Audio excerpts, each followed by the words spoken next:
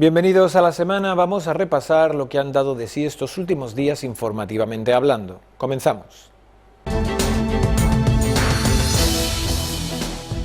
Vamos ya con las noticias más importantes del lunes.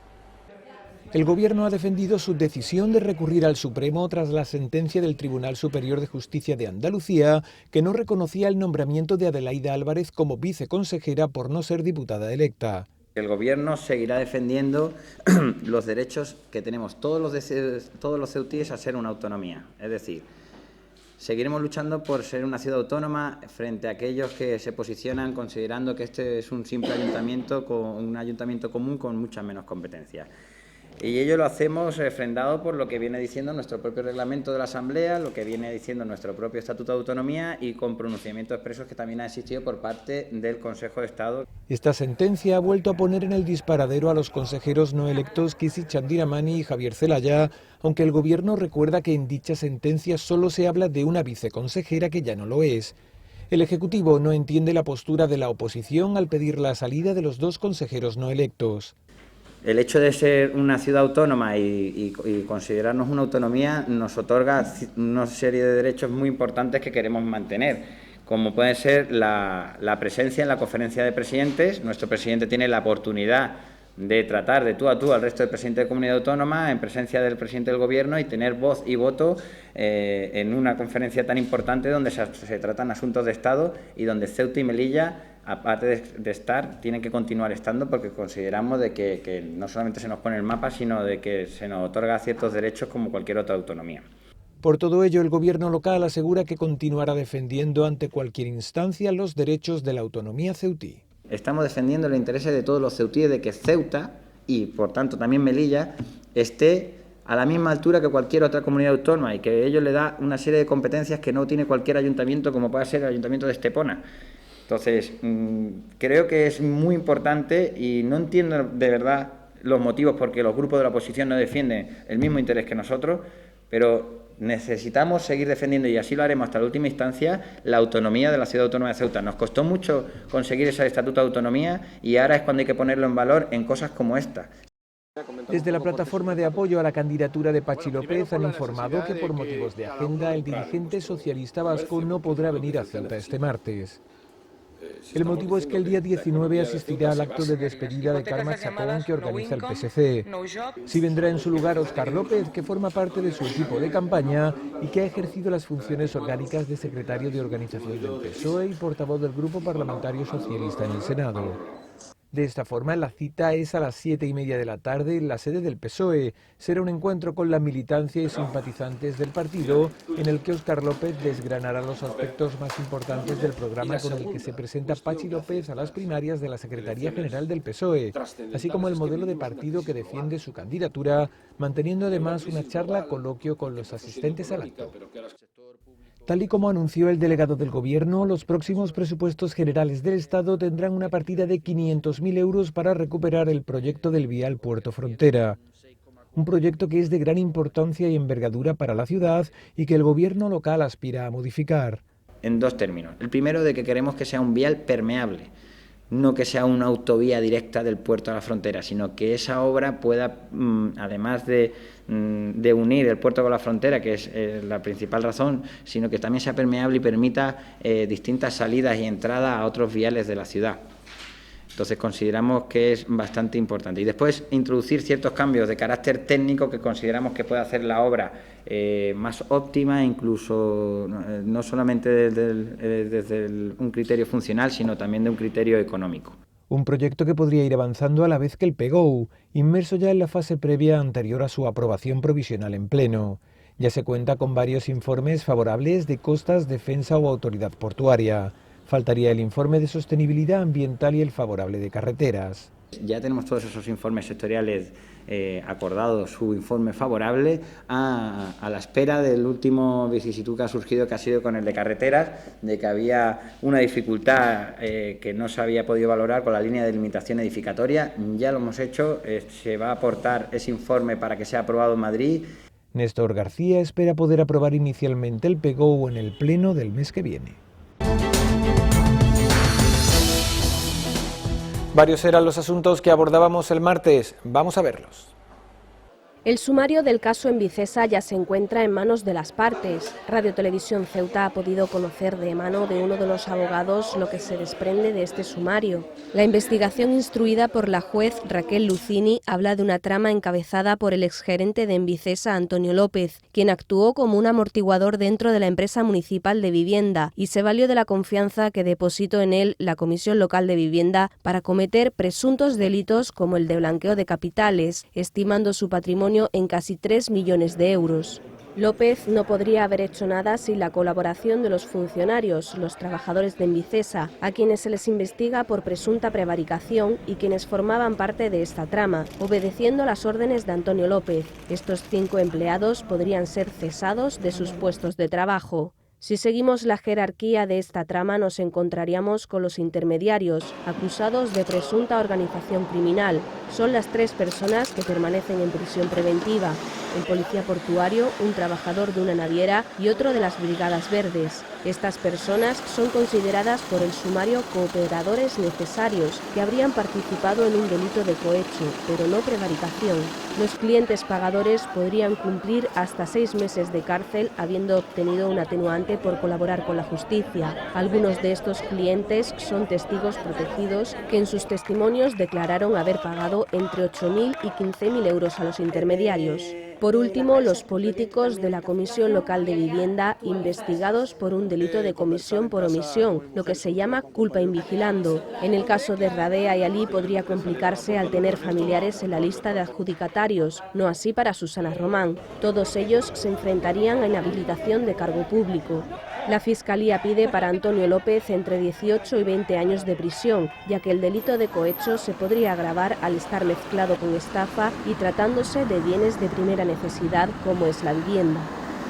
La nueva defensa jurídica de Antonio López ha solicitado la inmediata puesta en libertad de su representado, argumentando la nulidad del acto por el que la Sala Sexta de la Audiencia de Cádiz en Ceuta no dio respuesta a la jueza de instrucción sobre los recursos de reforma y apelación contra la privación de libertad de Antonio López por parte de su anterior abogado, quien planteaba que una reforma de la ley de enjuiciamiento criminal señala que no es posible mantener el secreto absoluto en las actuaciones mientras esté en prisión provisional una persona afectada por el sumario, ya que se le provoca indefensión al desconocer contenidos que puede rebatir en su defensa. Por ello, el anterior abogado de Antonio López había planteado la indefensión originada a su cliente, además de señalar que no se justificaban las actuaciones, un extremo al que no da respuesta la Audiencia Provincial de Cádiz en Ceuta, pero sí deniega la petición de libertad.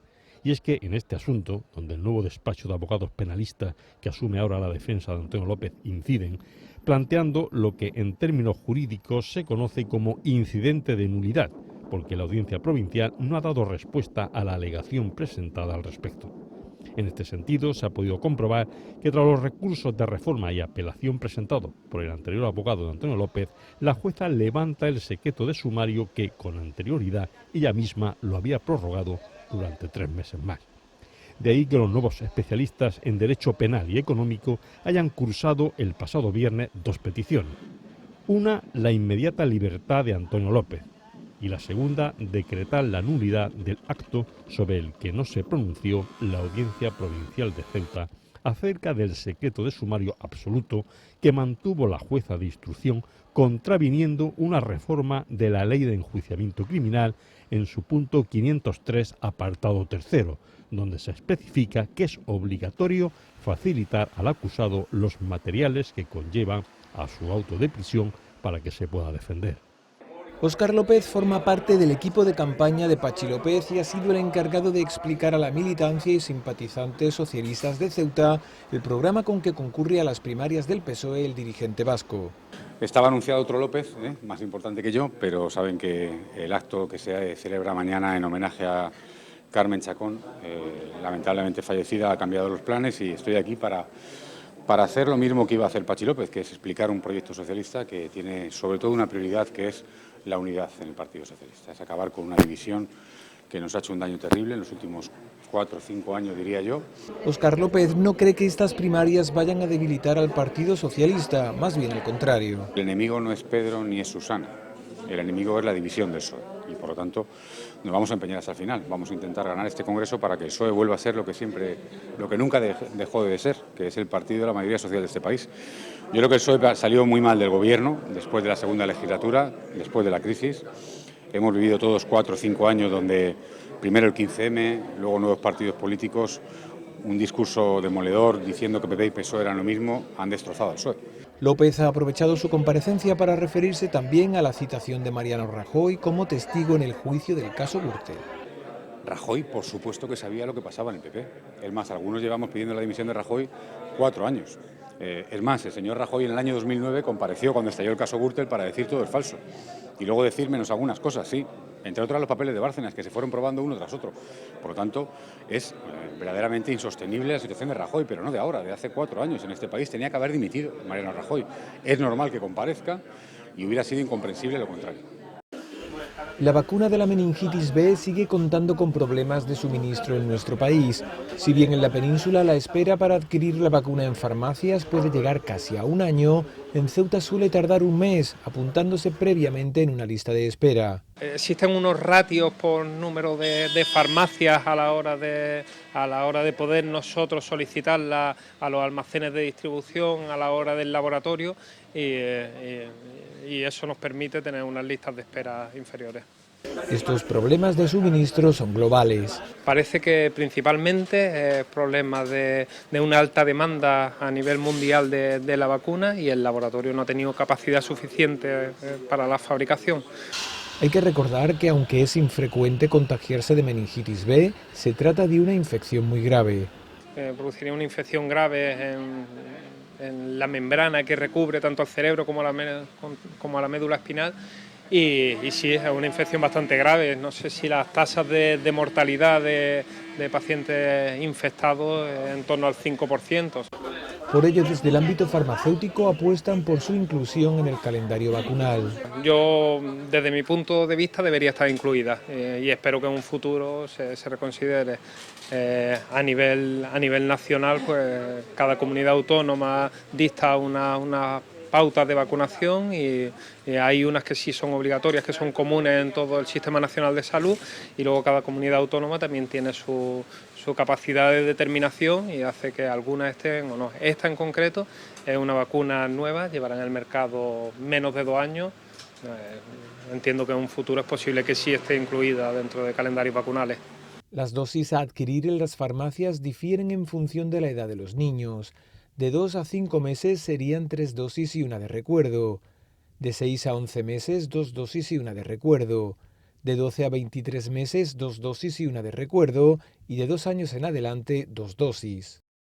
Juana María Vázquez, enfermera del 061 y matrona, y Luciano Rodríguez, matrón del Hospital Universitario, han asistido al 28º Congreso Internacional de Enfermería de Urgencias y Emergencias celebrado en Gijón bajo el lema Enfermería sin Límites. Juana María Vázquez es actualmente la coordinadora nacional del Grupo de Trabajo de Urgencias Obstétricas y Ginecológicas de la Sociedad Española de Enfermería de Urgencias y Emergencias, y Luciano Rodríguez es colaborador del mismo. Ambos han impartido en calidad de docentes el taller de atención al parto urgente, el cual ha tenido una gran respuesta y aceptación por el público asistente. Igualmente, Vázquez ha participado como ponente presentando el trabajo Guía Farmacológica en la Mujer Embarazada en el área de urgencias y Rodríguez ha presentado varias comunicaciones científicas con temas como el protocolo de atención y abordaje de la agresión sexual en el área de urgencias. El Instituto de Educación Secundaria Almina ha acogido una jornada de ahorro y previsión social de la mano de la Fundación Mafre, dirigida al alumnado de 3º y 4º de la ESO y de 2º de FP Básica. Bajo el nombre Misión Futuro, el taller ha proporcionado herramientas a los alumnos para que se conviertan en ciudadanos autónomos y así gestionar mejor los riesgos que puedan encontrarse durante la vida. Esta jornada fomenta sobre todo la solidaridad y también fomenta la capacidad de ahorro y de previsión social en el alumnado. Se pusieron en contacto con nosotros de la Fundación Mafre antes de las vacaciones de Semana Santa. Nos pareció muy interesante la idea Y bueno, y hoy estamos llevándola a cabo en una jornada que dura 6 periodos lectivos, 6 horas, y alumnos de cuarto, tercero, cuarto y segundo de formación profesional básica de cocina y restauración son los que van a pasar durante todo el día por esta aula. Tablets, marcadores y dinero ficticio bajo la supervisión de los monitores son algunas de las herramientas con las que han contado el alumnado, al que se ha concienciado sobre la importancia del ahorro y la previsión de futuro. Vemos a continuación las noticias más destacadas del miércoles. 8 argelinos han sido expulsados del CETI durante un mes tras un nuevo enfrentamiento con el colectivo de subsaharianos, concretamente con un grupo de cameruneses. Incluso 2 de estos argelinos se han autolesionado para protestar por el trato que se les da a los subsaharianos en lo que a salidas a la península se refiere, un trato con el que ellos se sienten discriminados. No es la primera vez que se expulsa a la calle a inmigrantes acogidos en el CETI. Tras la pelea que tuvo lugar en los aledaños de la playa Benítez entre ambos colectivos este fin de semana, los vecinos de la zona temen que el hecho de que los expulsados deambulen por la calle sin posibilidad de alojarse en el CETI pudiera provocar más altercados de los que ya de por sí existen. Juan Vivas ha cesado este miércoles a su asesor Jesús González Barceló tras desvelarse las conversaciones que éste mantuvo con el exgerente de Envicesa, Antonio López, y otras personas implicadas en la trama. Así aparece en el sumario del caso y hoy mismo ha salido a la luz pública. Es el primer puesto que se cobra a un caso del que aún no se ha cerrado la investigación y del que se deben conocer más datos, ya que el sumario cuenta con más de 5.000 páginas. Más de 5.000 páginas tiene el sumario del caso Envicesa, por lo que no es de extrañar que el ciudadano de a pie se pierda entre cifras y datos que por el momento mantienen en vilo a ciudadanos y clase política. El sumario consta de 17 tomos, 3 de ellos de documentación y 14 de actuaciones llevadas a cabo durante la investigación. Por el momento, más de 50 personas han sido investigadas y se espera que este viernes declaren los 2 últimos pagadores. Eso sí, no se esperan más detenciones. Si hablamos de personas en prisión, son 4. Antonio López, trasladado el 1 de marzo al Puerto 2, y sus presuntos captadores o intermediarios, el portuario, el trabajador de la naviera y el de las Brigadas Verdes, los 3 en la prisión de Los Rosales. El caso se abre por las presuntas irregularidades en la adjudicación de las 317 viviendas de Loma Colmenar, por las que se llegaron a pagar entre 8.000 y 15.000 euros. Entre los más de 50 investigados se encuentran 3 políticos, 2 diputadas del Partido Popular y 1 de Caballas, y 5 trabajadores de Envicesa. El presunto dirigente de la trama, Antonio López, cuenta con un patrimonio de casi 3 millones de euros. Y 1,5 millones de euros es la cifra encontrada en la cuenta de Envicesa. Sin duda, estas cifras variarán en los próximos días y surgirán otras nuevas de las que a buen seguro les daremos cuenta. Los alumnos de sexto de primaria del Colegio Vicente Aleixandre continúan con su campaña de concienciación de donación de médula, un proyecto que les está convirtiendo en grandes embajadores de la solidaridad. Antes no sabíamos ni siquiera lo que era la médula ósea hasta que empezamos con este proyecto, entonces empezamos a investigar con las tablets y por internet y todo eso, y ahora se podría decir que sabemos más que algunas otras personas. Así ahora llevan su iniciativa a la policía local, mostrándoles los vídeos que han realizado, así como para transmitir a los agentes todo lo que han aprendido e intentar convencerlos para que se conviertan en donantes. Porque es un grupo en el que podemos llegar a una serie de personas que pueden ser posibles donantes. Bueno, un gran orgullo sentir que formas parte de un proyecto tan importante para nosotros, que está pasando a ser historia en el Colegio de Vicente Aleixandre. Una campaña que ya está avalada por resultados muy positivos.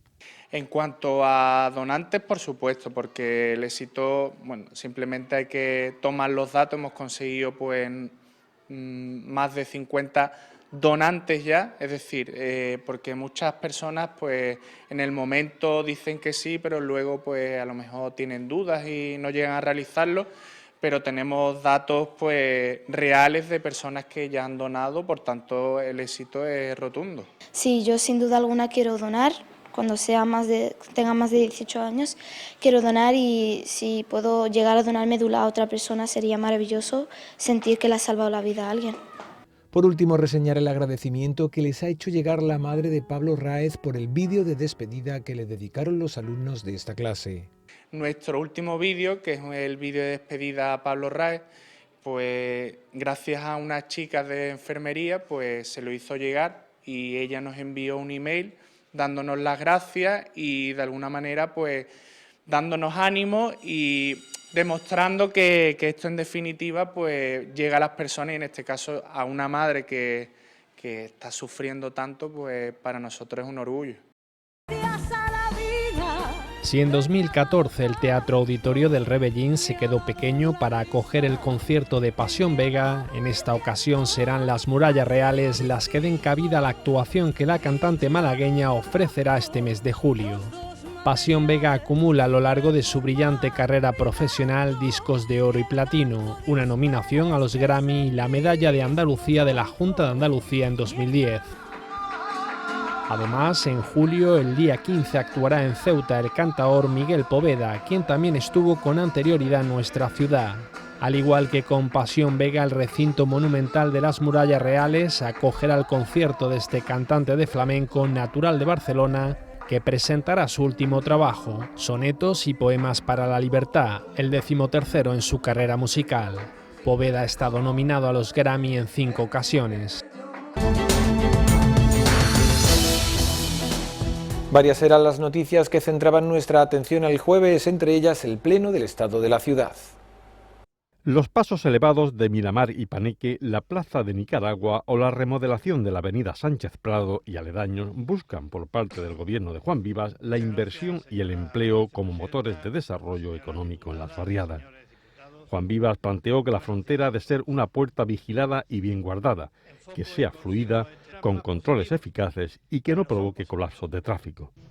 ¿El gobierno tiene la culpa de que se haya multiplicado por 3 la presencia de menores extranjeros no acompañados en Ceuta?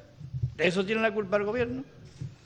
¿El gobierno tiene la culpa cuando hablan de políticas sociales, que el presupuesto de la ciudad no sea un chicle que uno alarga como quiere? ¿El gobierno tiene la culpa de no cuadrar el círculo, como ustedes pretenden, algunos de ustedes pretenden? Es decir, más gasto social, más gasto en servicios básicos, más gasto en seguridad, menos endeudamiento, menos dinero va a pedirle al Estado, menos presión fiscal. ¿Me querrán decir ustedes eso cómo se hace? Sobre el caso en Vicesa aludió a la colaboración con la justicia que hace el gobierno que preside, a la vez que pide prudencia y responsabilidad para no incurrir en juicios paralelos, recordando que fue el propio gobierno quien puso en conocimiento de los juzgados unas prácticas que consideraba irregulares y sospechosas. No creo que en esta asamblea haya nadie, pueda haber alguien que le tenga la misma repugnancia que le tengo yo a la corrupción. Y hablo en primera persona porque a mí se me ha hecho esta mañana, por parte de algunos responsables en primera persona de lo que ha ocurrido en Vicesa. No creo que haya nadie aquí a quien le repugne la corrupción más que a mí. Llevo 40 años trabajando para esta casa. Como alcalde es verdad que 16, pero como funcionario lo que resta hasta los 40 años. Jamás he consentido ninguna corrupción. Jamás. Ni la he consentido ni la consentiré. Me repugna. En cuanto al fomento de la actividad productiva, Juan Vivas se refirió a la apuesta por la educación, la propuesta para el abaratamiento del transporte marítimo, explorar las posibilidades de desarrollo empresariales basados en las nuevas tecnologías, culminar el emplazamiento de nuevas concesiones en la ampliación del puerto, la defensa del REF y de la suficiencia financiera de la Administración y el impulso del macroproyecto sobre conexión eléctrica con la península mediante el cable submarino que contempla otro de fibra óptica y también replantear la política turística de la ciudad. La inseguridad ciudadana ha sido una de las cuestiones en las que más énfasis ha puesto Javier Varga, una situación que ha llevado al Gobierno a anunciar actuaciones e inversiones en esta materia. Sobre la frontera dijo que entra cualquiera por ella y que hay un descontrol sobre las pernoctaciones en nuestra ciudad. La política seguida en la adjudicación de viviendas sociales fue otro asunto que llevó a Javier Varga a referirse a los delitos que se investigan a medio centenar de imputados. La portavoz de MDIC ha comenzado su intervención recordando que Ceuta es portada a nivel nacional por la corrupción. Se refería a la trama de Embicesa.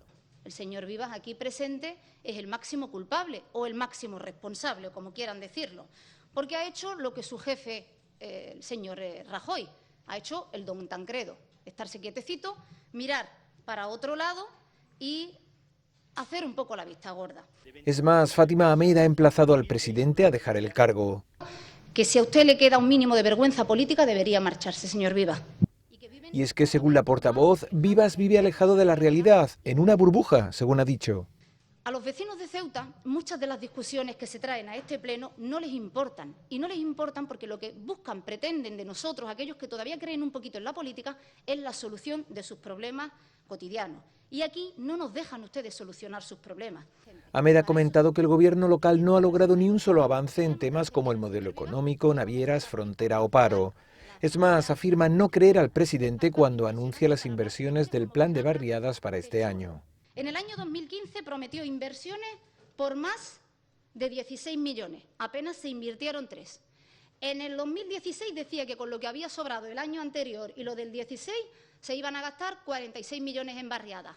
Al final se gastaron apenas 6 y ahora pretende que nos creamos que se va a gastar más de 75 millones de euros. Sí, ha criticado además la política de nombramientos del Ejecutivo, en particular la del personal eventual.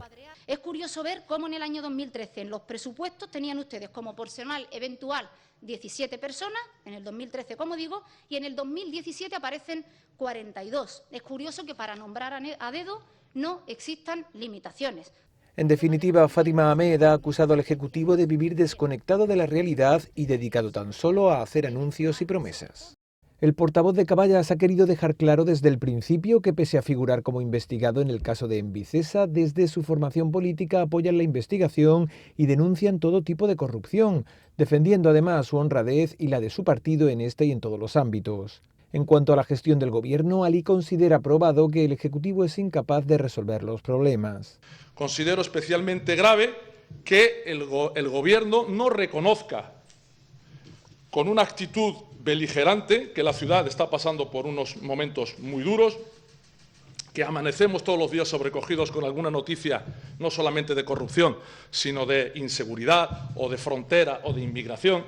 El caos fronterizo ha vuelto a salir a la palestra, acusando al Ejecutivo ceutí de someterse en este tema a los dictados de la delegación del Gobierno y no ser capaces de presentar ninguna solución. Que Ceuta se ha convertido en una ratonera, bloqueada por el sur, con una frontera colapsada, con una frontera que es impropia de un Estado de Derecho, y bloqueada por el norte, con el monopolio y la dictadura de las navieras. En lo que respecta al clima de inseguridad, Ali cree injusto culpar a los marroquíes de ser los principales causantes de los hechos delictivos. Por otro lado, Caballas ha acusado además al gobierno de resignarse ante los graves problemas que sufre Ceuta. No ha mejorado el paro, no ha mejorado la educación o ha empeorado el fracaso escolar, la pobreza es insoportable, la exclusión social existe. Ali ha preguntado a Vivas si cree que existe equilibrio entre el centro y la periferia en lo que respecta a servicios básicos y, por otro lado, ha criticado la política de contratación de la administración local. Como un contrato, por ejemplo, el de natación, lleva años. Una cosa que está ahí, que se presta el servicio, gente ahí trabajando sin contrato. Años. Alguien debería dar una explicación y la explicación le corresponde al Gobierno. Es su política de contratación. Pero el que habla de natación habla del contrato de limpieza de los colegios. La limpieza de los colegios está sin contrato. Por último, Caballas considera irrisorio que el Ejecutivo ceutí se presente como el defensor del Estatuto de Autonomía cuando su actuación apunta a todo lo contrario. Porque ustedes, los que están aquí, han levantado la mano en contra de la propuesta que traía Caballas a este pleno para pedirle a Madrid que aplicara la disposición transitoria quinta y Ceuta fuese comunidad autónoma. Manuel Hernández manifestó que el gobierno carece de un plan de reactivación económica para la ciudad, mostrando su discrepancia con las políticas que aplican, así como también con su alcance y orientación. Entre ellas, lo que calificó como pésima política fiscal con subida de impuestos que asfixia, dijo, a las clases medias con el IBI y las tasas de basura. Planteó que la clave de Ceuta ha de estar en la gestión global de la frontera, reconociendo la difícil solución a un tránsito del que viven muchos marroquíes, y planteó control de porteadores, implementar la circunvalación puerto-frontera, seguridad privada para los polígonos y aumento de la plantilla de las fuerzas de seguridad. En sus conclusiones, Manuel Hernández aludió a lo que considera la herencia del Partido Popular: más pobreza, más paro, más inmigración, quiebra social y corrupción. Emilio Carreira señaló que lo importante para evitar la inseguridad ciudadana es poner medios y mejores instrumentos para paliarla, porque considera absurdo el debate sobre los conceptos de objetivo o subjetivo referidos a esta materia. Señaló que el millón de personas que hay al otro lado de la frontera buscan entrar en Ceuta para mejorar sus condiciones de vida, y recordó a Manuel Hernández sobre la buena vecindad que propugnaba el portavoz socialista, que Alfredo Pérez Rubalcaba sufrió personalmente el comportamiento de Marruecos cuando intentó pasar por la frontera ceutí unos Land Rover. Esto aquí de la vecindad que dice el señor Hernández es una cosa casi de chiste, oída en su boca, ¿no? Es que aquí hay que aprender a llevarse bien con el otro. Pero ¿usted no se acuerda cuando Rubalcaba quiso meter los Land Rovers por Ceuta para ayudar a Marruecos? Y Marruecos le dijo: vete con los Land Rovers por donde puedas, porque por aquí no van a pasar. Si ustedes fueron incapaces de aplicar aquí la vecindad, y eso que les iban a hacer un favor. También se refirió a que asuma cada uno su responsabilidad jurídica en el caso Embicesa con las actuaciones en la Comisión Local de la Vivienda. El gobierno de la vivienda no es el gobierno de la ciudad. Es la Comisión Local de la Vivienda. Por eso ha declarado responsables de cualquier irregularidad a los miembros de la Comisión Local de la Vivienda. Y a mí no me vale, es que yo soy de la oposición. Allí no, allí eres el gobierno. Y apostó por distorsionar el mercado del monopolio de las navieras desde la intervención pública, porque no existe libre competencia en Ceuta, abogando por convencer a los burócratas de la Unión Europea sobre este asunto que cuesta al Gobierno de España entre 15 y 18 millones de euros anuales entre subvenciones al transporte público y al billete de los residentes en la línea Ceuta-Algeciras. Yo creo que con esa cantidad de dinero y con un buen informe y con una buena propuesta podemos ser capaces de hacer lo suficiente como para que en Ceuta se rompa definitivamente la barrera que existe, no de tiempo ni de distancia, sino económica, para que también esa otra puerta de riqueza pueda serle abierta a la ciudad. Para la escolarización infantil 3 años se mantiene la ratio de los centros dentro del límite legal 1,25. Dentro de los 6 cursos de primaria que tienen ratios por encima de los niveles legales se van a tomar medidas tales como hacer en determinados colegios un grupo más, sobre todo en los niveles de primero y tercero, para bajar la ratio por aula dentro del propio centro. En algunos centros porque muchas veces está al efecto repetición. Si un chico en tercero hay 30 alumnos, pero es que al año siguiente pasan a cuarto los 30 y resulta que han suspendido el año pasado algunos de cuarto y se quedan, con lo cual la ratio no es que hayamos incorporado a nadie, pero por el efecto repetición se encuentra la clase con 32, 33. Entonces, en aquellos centros en los que las dos líneas están excesivamente saturadas, lo que hemos hecho es hacer un tercer grupo para esos 60 y tantos que suman los dos, dividirlos en 3. En cuanto al calendario, el plazo de presentación de instancias para el proceso ordinario de admisión comienza el próximo 24 de abril y finaliza el 5 de mayo. El 15 de mayo se publicarán los listados provisionales de admitidos y excluidos. 16 y 17 de mayo son los días de plazo para formular reclamaciones a los listados provisionales y el 19 de mayo se publican las listas definitivas de admitidos. No obstante, la Dirección Provincial abrirá un nuevo plazo de solicitud para la petición de un nuevo centro del 26 al 30 de mayo y el 14 de junio todos los escolares de Ceuta deberán saber en qué centro tienen su plaza definitiva para el curso 2017-2018. Y luego efectivamente abriríamos un segundo plazo que denominamos periodo extraordinario de escolarización, en el que ya pues se volverían a baremar aquellas instancias que hubiesen venido o fuera de plazo o que hubieran venido por traslado a la ciudad posteriores a esta fecha que le estoy indicando. En total son 1.145 plazas en educación infantil para el curso 2017-2018 entre centros públicos y concertados de nuestra ciudad. Y con el repaso a las noticias más destacadas que ofrecíamos el viernes, finalizamos nuestro recorrido a la semana. Para Caballas, mientras otras regiones progresan a ritmo acelerado, Ceuta permanece estancada cuando no en retroceso, lo que supone una situación injusta para esta formación política, por lo que solicitaba políticas de Estado específicas para evitar un déficit que considera histórico. Pero lo que sí decimos, frente a esto, ¿qué cabe hacer? Y claro, aquí quedan dos opciones. O nos resignamos y decimos, bueno, llevamos ya mucho tiempo así, no nos va tan mal, más mal que bien salimos, bueno, es llevadero. O planteamos una iniciativa política para resolver un problema estructural y fundamental de Ceuta y de Melilla.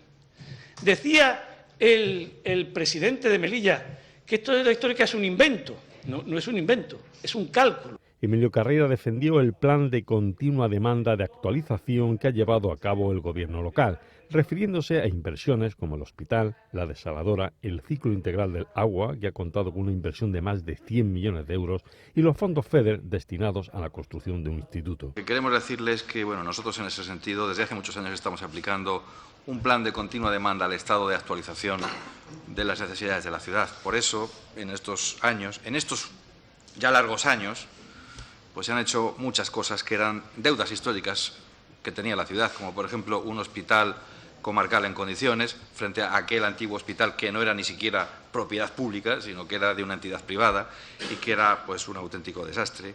Se han renovado todas las infraestructuras del agua. No voy a hablar de 24 horas, señora Oreste, estoy hablando de la desaladora. No, estoy hablando en serio. Se han renovado todas las infraestructuras del ciclo integral, creado más bien, porque no existían, ¿no?, del ciclo integral del agua. Y fijó en la presión de 1 millón de habitantes de la provincia de Tetuán la distorsión que provocan en los servicios públicos de Ceuta, descartando que las infraestructuras de nuestra ciudad sean para una población que no se corresponde con la nuestra. Eso, desde luego, está distorsionando claramente a la ciudad de Ceuta y a los servicios públicos. Y, naturalmente, lo que no vamos a conseguir probablemente, por mucho que usted insista y haga una ofensiva, junto con los de Melilla, seguramente no lo vamos a conseguir, es que se puedan establecer políticas de inversión pública e infraestructuras para atender a un conjunto de población que no se corresponde con la que es de Ceuta. Eso probablemente no lo vayamos a conseguir.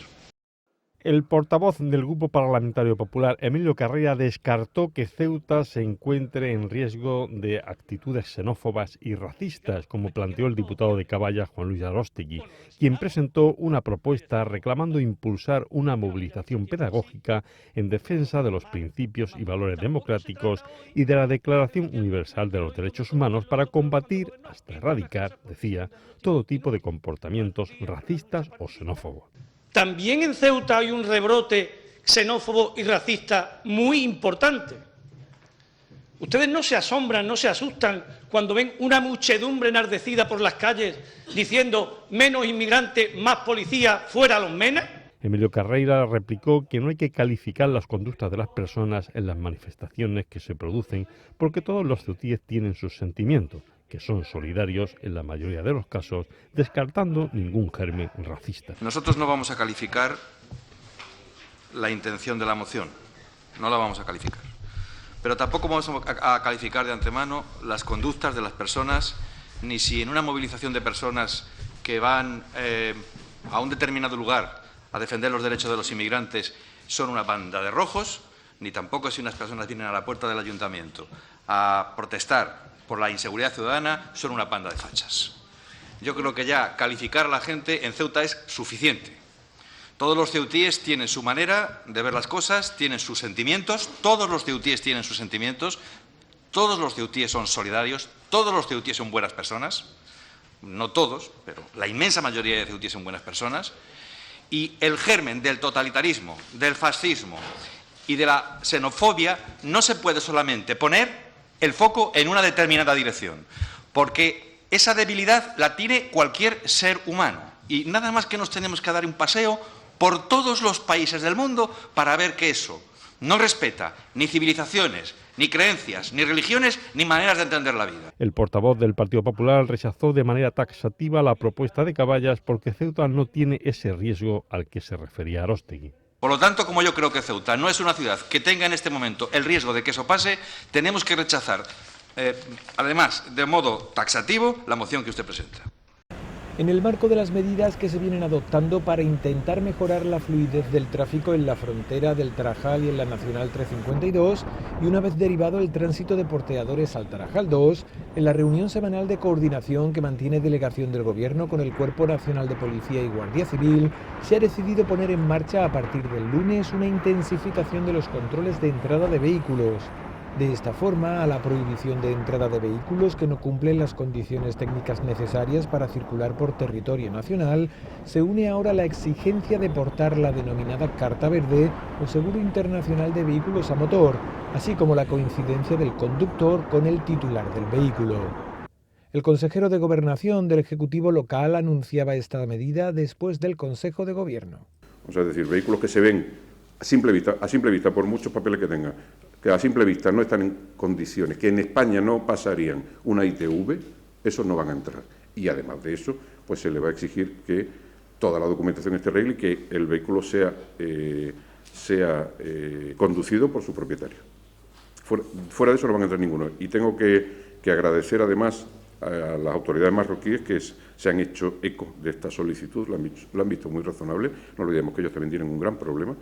Se busca así colaborar con las autoridades marroquíes en la erradicación de las flotas de vehículos dedicados al porteo en manos de un mismo propietario. Delegación y Gobierno local continúan así trabajando para intentar erradicar las consecuencias negativas del comercio atípico. El objetivo final ya saben ustedes cuál es. El objetivo final es terminar con el negocio del bulto. Lo que pasa es que no se puede hacer prohibiéndolo taxativamente, pero el objetivo final, ya lo he comentado, de este Gobierno es terminar con ese tipo de negocio que no reporta absolutamente ningún beneficio, que además es indigno y me atrevería a decir cercano al esclavismo. Y vamos a terminar con eso. Pero tenemos que hacerlo con la fuerza de la ley, pero con toda la fuerza de la ley.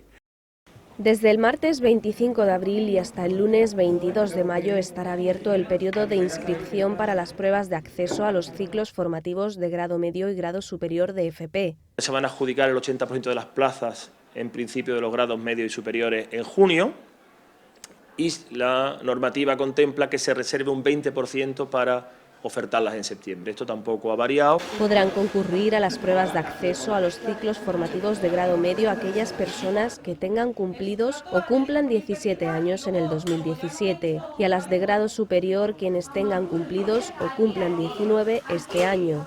Y en ambos casos que no reúnan los requisitos académicos de acceso necesarios. La prueba de acceso a ciclos formativos de grado medio se celebrará el 23 de junio en el Instituto Clara Campoamor y la prueba de acceso a los ciclos formativos de grado superior se celebrará el 26 de junio en 3 centros distintos, uno por cada una de las opciones posibles para la prueba. La opción A en el Instituto Almina, la B en el Instituto Puertas del Campo y la C en el Instituto Luis de Camoens. Los aspirantes deberán realizar la inscripción en el centro designado para la prueba correspondiente.